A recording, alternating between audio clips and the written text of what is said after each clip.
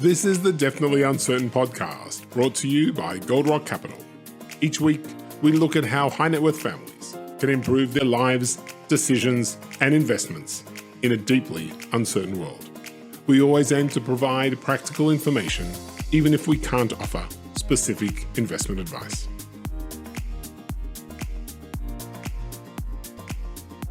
This is the Definitely Uncertain podcast. My name is Darren Rockman, and I am a partner at Goldrock Capital, the 21-year-old multifamily office serving high net worth families in Israel and around the world. And today on the podcast, Paul Dawalibi, CEO of Holodeck Ventures. Hi, Paul. Welcome. Thank you, Darren. Great to be here. Yeah, great to have you on. So Paul is a global expert in a really interesting area, which is esports. And we're going to talk a lot about esports today on the podcast. Holodeck Ventures, he is dedicated to building a holding company incubator, which is focused exclusively on the world of esports and gaming. He has an MBA from MIT Sloan School of Management, and he has been blogging and speaking about gaming since 2010, which is before anybody had ever heard of esports. He was previously a partner at a venture fund called Goldrock Ventures and followed the business closely from there. He's also the founder and host of the Business of Esports podcast, which I've listened to on a number of occasions, which is a really interesting insight deep into the world of esports. But for those of us for whom this is a new and virgin area, hopefully this will be an opportunity for us to learn a little bit more about what is esports. So let's start with that. Paul, what is esports? What is esports? It's funny enough, not a lot of people agree on the definition. I think the most widely accepted is video gaming, competitive video gaming, where you have an audience, whether it's in person or not, and professionals playing against professionals. So the strictest definition of esports is very much like the strict definition of professional sports. I like to think of esports, though, in the same way, Darren, if you and I go play basketball, we would say we're playing a sport, right? We would, even though neither of us are professionals. I don't think. I'm not. Barely get the ball in the hoop, you know. Okay.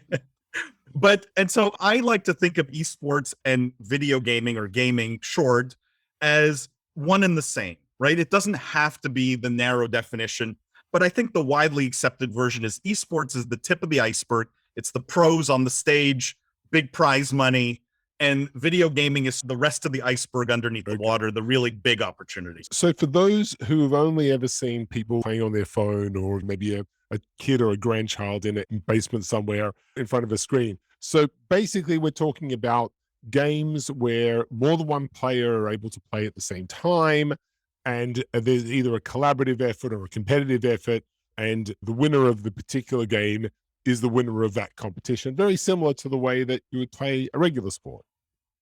Absolutely. And I think this is where there are great similarities to traditional sports, because the competitive scene is similar. You have professional gamers who consider themselves athletes, who belong to organizations that pay them, train them, feed them. Like it's very much like being a part of a baseball team or a football team. And I think there are differences with traditional sports, but for the most part, that competitive esports scene is very similar. Okay, just like there are lots of different sports, there are lots of different esports. Just to make it color in this picture a little more, let's take an example, okay? So an example of a given game, how does it work? And how does the competitive aspect of that work? So let's take maybe the biggest in the world, League of Legends, 200 to 250 million players worldwide. It's made by a company called Riot Games. The game is owned by Riot Games. So unlike traditional sports, there is someone who owns the game. Someone owns the ball, right? Yeah. Someone owns the ball. And only Riot can put on big tournaments and things like that unless you get their permission, right? Again, unlike traditional sports where you and I could go create our own football league, could put on our own football tournaments. In professional esports, it's very much owned by the developer of the game. And what Riot does with League of Legends is they created a tournament and league structure in the same way you have the NBA or the NFL. And teams who want to compete in this league have to buy a franchise slot. So they pay anywhere from, call it 10 to 15 million US dollars to buy into the league and be able to field a team. Are people in a team? In League of Legends, it's 5. Okay. Plus any alternates, backups, things like that, but 5 playing at any one time. And these teams, the value of these teams has increased because there are scarcity of the franchise slots. If you want to compete at the highest level in League of Legends, you need to own a franchise that's approved by Riot, and therefore you need to buy a franchise slot. Now, the teams are managed independently. They recruit their own players, they field their own teams, they win prize money that's revenue for those teams. So it's very similar. They sell jerseys. It's very similar from a monetization standpoint to traditional sports. For those of us who've never played League of Legends, how do you win a game of League of Legends? What do you got to do? With League of Legends, you have to destroy essentially call it the home base of the other team. There's one building that's like the main base, and your goal is to destroy that main base. And how long does the game take? Anywhere from 20 minutes to an hour, depending on how the game goes. Okay. And for those in the audience who've never seen what an in-person competitive esports competition looks like, what does it look like? Like the League of Legends World Championship, just to give you some context, draws a bigger crowd than the Super Bowl, bigger crowd than the NBA Finals. You're talking about a live crowd or people watching online? Watching online. So the last year's League of Legends Finals drew about 100 million people, a little over 100 million people. And that's a large online only audience. And they usually play it in only the largest stadium. So they'll fill 50,000, 60,000 seat stadium over a 4 or 5 day tournament. And up on stage, there are a bunch of guys sitting in big armchairs with consoles in their hands, big screens everywhere, and they're all just shooting and blasting at each other. There's lots of screens, so you can follow the action. But yeah, there's 10 guys on the stage with mice and keyboards, in fact, and monitors. Right. And yeah, you're following the action. But there's commentary that adds to the excitement. And the crowd is just as, look, I've been to many of these esports tournaments. I can tell you there's more energy in some of those crowds than in some of the biggest hockey games or football games. Okay. And the demographic. Okay. So there's not going to be any surprises here. What's the average age of someone showing up to see a competitive sports game, whether you're in person or online? Yeah, that's a bit of an it depends question or answer. And the same way it is for traditional sports. Like the average age of an NFL fan is about 50. The average age of a Major League Baseball fan is like 58. Right. There are differences, right? And in the same way, esports, League of Legends will trend a little bit older, right? But it's a bit more of a complex game. The fans tend to be a bit older. You play it for longer. And so there you will see teenagers up into guys in their 30s and 40s who will come and watch a League of Legends. Old, Paul, really? Yeah, I'm the old guy, okay? I'm the old guy in the room. But you take something like a Fortnite tournament, which trends a bit younger. Like I was at the Fortnite World Cup in New York City. In fact, they filled Arthur Ashe Stadium where the US Open is played. Yeah. And with $30 million of prize money, it was like a 16-year-old that won $4 million. But there, it was actually a lot of, if you looked at the audience, it was a lot of kids and their moms. It was a lot of and their moms, 8 to 15. It's an interesting dynamic, right? Because of that. Right. Okay. And you mentioned a couple of times prize money. You're talking very large numbers here. I think that the League of Legends prize money you said was, what was that, $30 million? The biggest prizes so far have been things like the Fortnite World Cup, which was 30 million total prize money. Every year, there's a game very much like League of Legends, a competitor to it called Dota. They put on their the biggest tournament maybe in all of esports every year called the International. Mm-hmm. And every year that prize money has crept up. It's, I think, around the $40 million mark now. And now where is that money coming from? Sponsors primarily. So brands are the biggest chunk of the revenue pie for esports. We're starting to see things like media rights, which is, if you look at traditional sports, their bread and butter. That's where they make all the money. Sure. Esports is still not there yet. Interesting, because if you're talking about 100 million people, that's a massive audience. And as we were saying before the show, that's an audience which advertisers are really interested in as well, given the demographic. Yeah, and there have been instances, right? Like YouTube very famously paid for the broadcast rights of Overwatch League, which is another game and another league. So we have seen instances of it, but it's still early days, very early days compared to what gamers call meat sports. I've been calling it traditional sports, but we affectionately call them meat sports. Okay, that is really a great term. Okay, And give us examples of what types of companies are sponsoring. Are these generally tech companies? Is this Microsoft, Intel, or who are the people that are putting up money in order to be associated with the world of esports?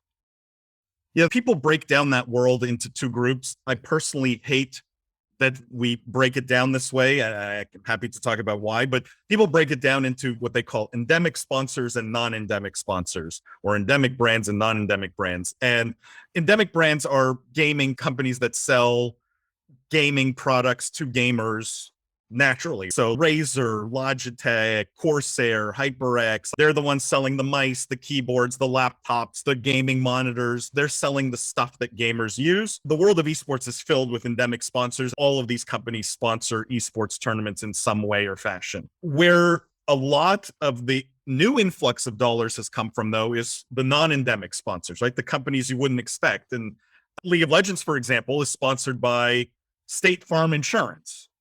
And you wouldn't think Well, that because would be because if you would have insured your home base, then when the other team comes and destroys it, you've got a claim, right?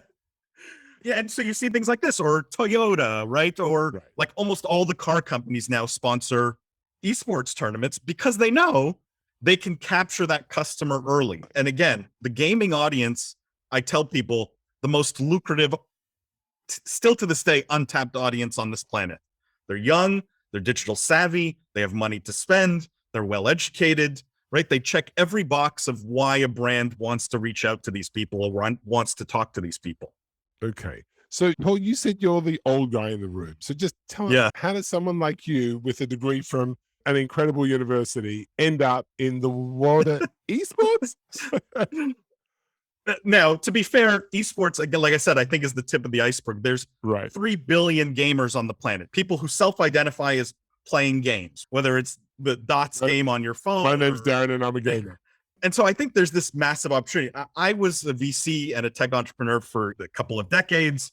I had invested in a company in the entertainment space, actually, and it got me looking at what was going on in entertainment very broadly. And while I'm a hardcore gamer myself, like really hardcore gamer, like I'll dedicate a bedroom of my house. Yeah. How do you one distinguish between a softcore or a non-hardcore gamer and a hardcore gamer? Oh, I have the perfect example for you. I just moved to Dubai. Okay. I did not ship my couch. It didn't make it into the container, but I did ship my sim rig. So I could do sim racing, like full motion rig with all the screens. So it feels like it's a video game, but it's just like racing a real car. So that made it into the container, but my couch did not. Right. Okay. I get it. Okay. It's a question of prioritization. That's it. And so it got me looking at this entertainment space, this company, and I realized, wait a second, two things. All of a sudden, gaming was in the mainstream. This would have been about four or 5 years ago now. Ninja was on The Tonight Show. Ninja, who's a very famous gamer and a streamer, was on The Tonight Show, and Ellen. We have to take a break there. What is a streamer? Because if people that don't know esports don't know what streamers are, go Paul. Definition. A big part of the gaming entertainment puzzle is, as much as people love to play the games, what's incredible is just as many people love to watch other people playing the games. And this is a uniquely gaming phenomenon, I think, where there are platforms like Twitch, for example, which is the biggest, where you can go and live stream to the world your gameplay. So if I'm a really great League of Legends player, I can go on Twitch, I can stream to the world, or maybe I'm not good, but I'm super entertaining, and stream to the world my gameplay, and I'll have people watching me, paying to watch me, essentially. And so there's a lot of people now who make entire careers out of streaming their gameplay to the world. Ninja is worth millions, tens of millions, hundreds of millions of dollars, basically from his streaming career. And he became very popular on Fortnite as a game. But at that time, sorry to go back to the story, at that time, Ninja had become very mainstream. People were talking about video games. And I realized there was this massive opportunity where gaming was going mainstream. It was not the thing you did in your basement on Saturday nights and didn't tell girls about. All of a sudden, gaming was cool.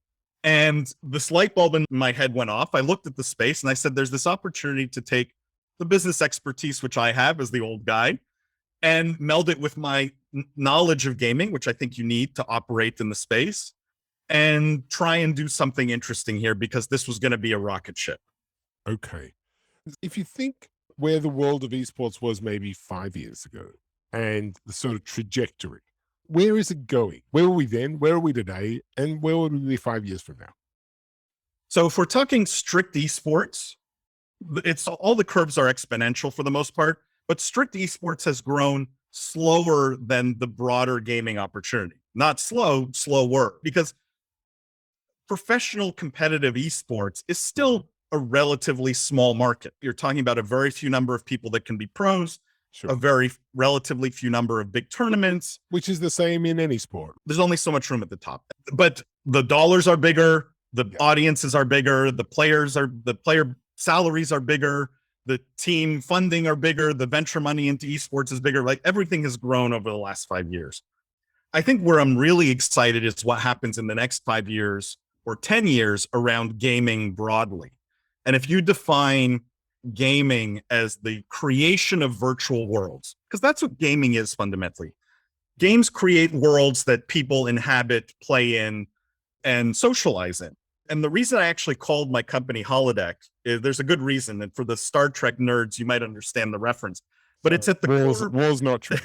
It's at the core of my thesis, which is Star Trek has more correctly predicted the future than any other show in history.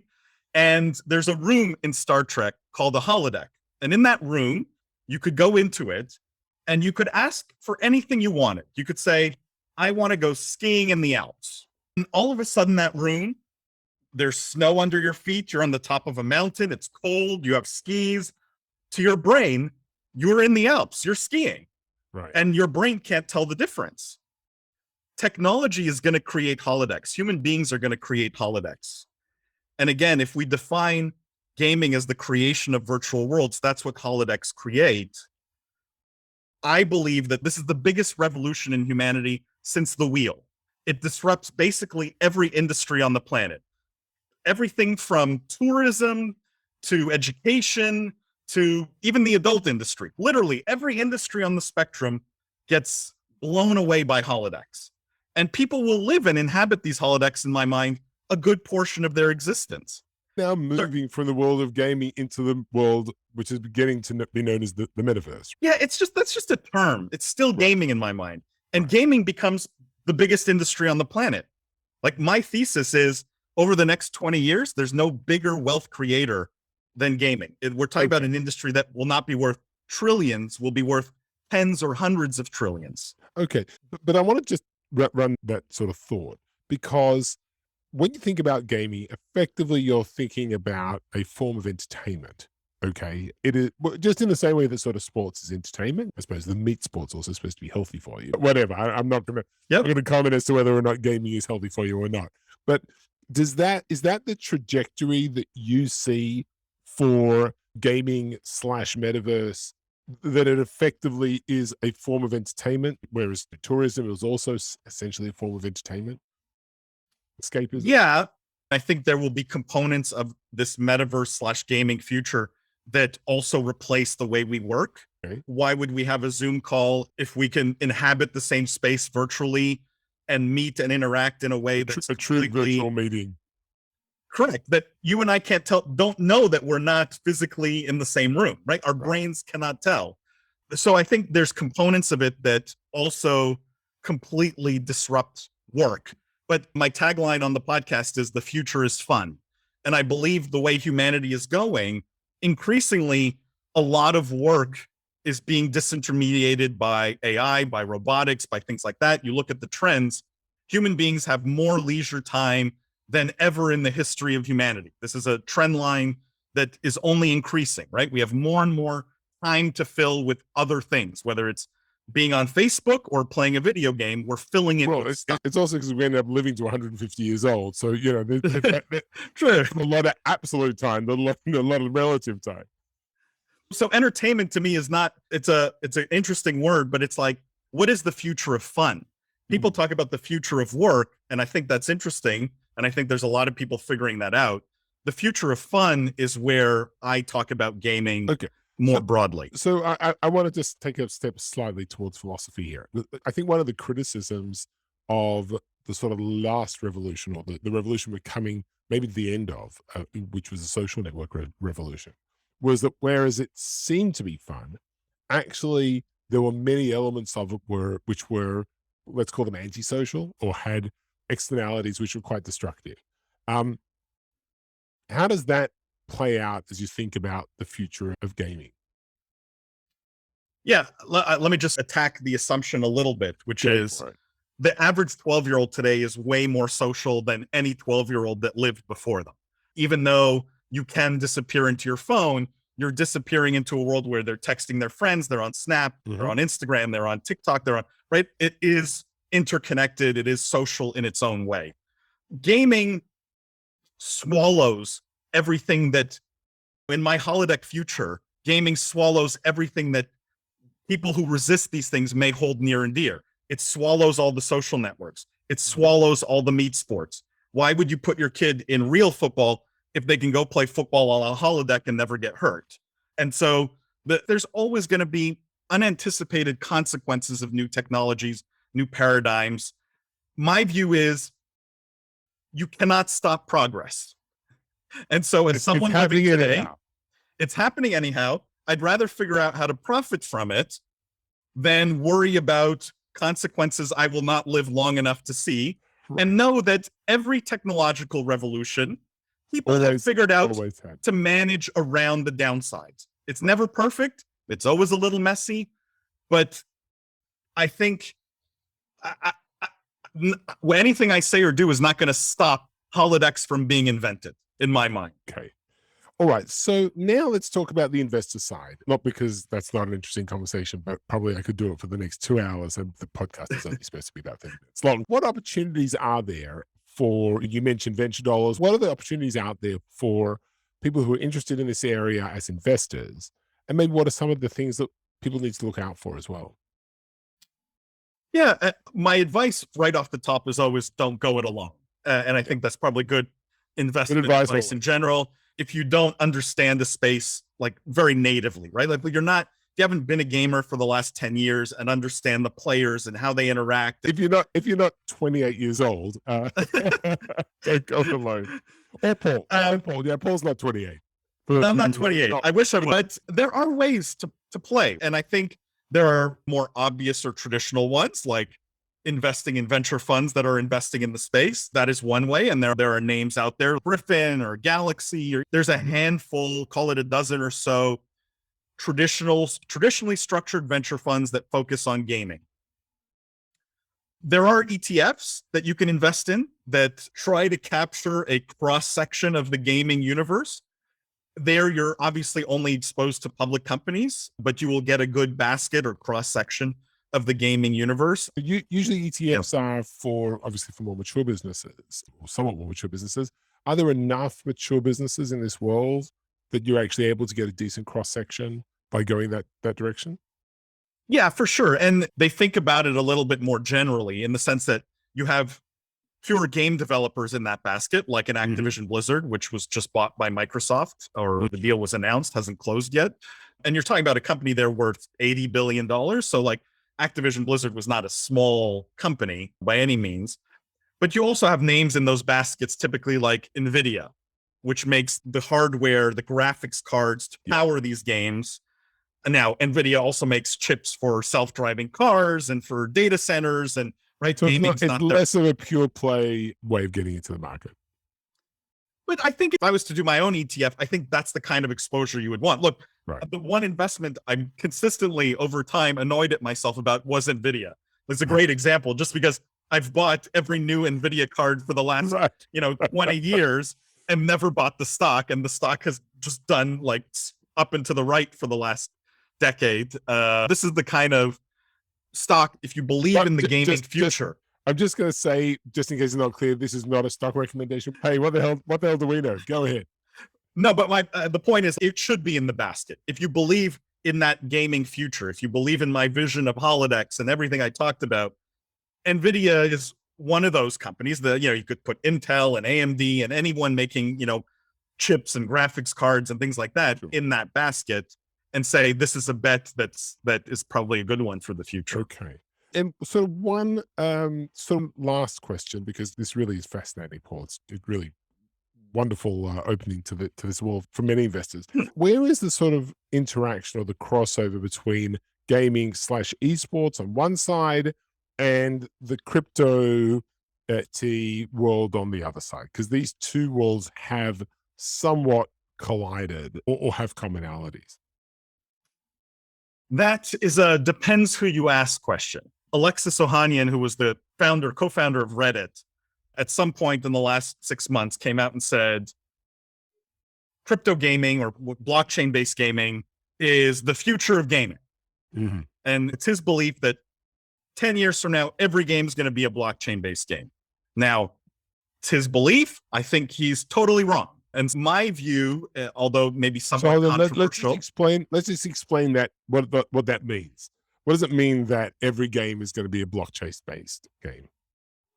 So there's a group of games right now which are called blockchain-based games or NFT games or play-to-earn games. There's different terms used for roughly the same concept. I play a game, and the things I earn in the game, the things I either buy or win or earn, essentially exist on public blockchains, and therefore, in theory, should be portable. I should be able to take that sword that I failed in the game and sell it to anyone else or transfer it to a different game. That's the promise of these games. Got it. Okay. So that one view is that's where we're going, which is that you're going to have a character, and you'll have shirts, and you'll have guns, and you'll have God knows what else, racing cars, and then you'll be able to then trade those in a blockchain. What's the other view? What's your view, Paul? I'll just add one little twist to that. There's also the potential to earn money for playing, right, in those types of blockchain-based games, because maybe you earn tokens that you can then go and sell and things like that. So that's the future that they promise. I always tell this story. I was a very hardcore World of Warcraft player, okay? World of Warcraft is maybe one of the most famous games of all time. It was a massively multiplayer online game, and you had a character, and the goal is always to save the world, basically. And in that game, you ride on what's called a mount. So you either have a horse or a tiger or something that you ride on. And there was a very special white tiger you could get in the game. It's called the Frost Saber mount. And to get this, you had to do the same quest, repeat the same actions 1,200 times over. It's a quest that almost no one did because it took thousands of hours, thousands and thousands of hours. But I did it. Even though I didn't earn any money, I don't own that tiger. It's not on the blockchain. I can't transfer it or sell it to anyone. I still did it. And the question you should ask yourself is why? Because it was fun. Because you were the only guy on that tiger. You were the only guy on the white tiger in the whole game. And so the point I make at crypto conferences is I say, I'm fine with a blockchain-based gaming future. The problem is I see these pitch decks from these blockchain-based gaming companies, and it's 25 slides on their token and tokenomics and economies, one slide on the game, and then 25 slides on tokenomics and economies and all these things. I'm going, wait a second. You're missing the point. Glossed over the part of why people play. It's not to earn, it's not to own, it's not to whatever you put after the two. They're playing it to have fun. And if it's not fun, they won't play it, no matter how great the token is. Okay. All right. That's really fascinating. Now, so for all of you, for anybody that wants to now spend a little bit more time learning about this, what would be the next step? Firstly, where could they go and watch a streaming? To just go watch people playing games, definitely go to twitch.tv and you'll see thousands, tens of thousands of people streaming gameplay with really quite eye-opening, I gotta tell you. And these people, the streamers are massively entertaining. Like I put them on par with any great actor or actress, like in terms of pure entertainment value. And if all you want to do is watch, for the most part, it's free. They may play ads and things like that, but for the most part, it's free. And so that's where I would go to just watch that. I always tell people, go to a gaming convention or conference because it's eye-opening, like PAX East, for example, which happens in Boston every year. It's the biggest conference the city of Boston has, period. Never mind gaming, just the biggest conference of any. And it's eye-opening. You walk into this space with tens and tens of thousands of passionate gamers who are there just to play new games and talk to each other and trade pins and like stuff that you would never imagine. And it's eye-opening. So that would be the second thing. A university campus gone wild. If you're interested in the business side, I'm obviously plug my own shows. Paul's podcast is The Business of Esports, which you can get anywhere. Is definitely a podcast that's worth listening to. The Business of Esports, we do a bunch of content every week, podcasts, videos. We also do a live stream every Wednesday. And we launched a new podcast actually a few months ago called Meta Business, which is just like the Business of Esports, but for more metaverse and Web3 topics, where we're looking at the business side of what's going on there. Okay, fantastic. Paul, this has been great, really great. I've enjoyed this, and not just because of the funky background behind you, because you combine real knowledge, passion, and actually it's fun, which is good because the package is what's inside, which is always good. I appreciate it, Darren. This was a blast. And the future is fun. That's the important part to remember. There you go. The future is fun. Thanks, Paul. Thanks, everybody, for listening. There are more podcasts coming your way, and see you later.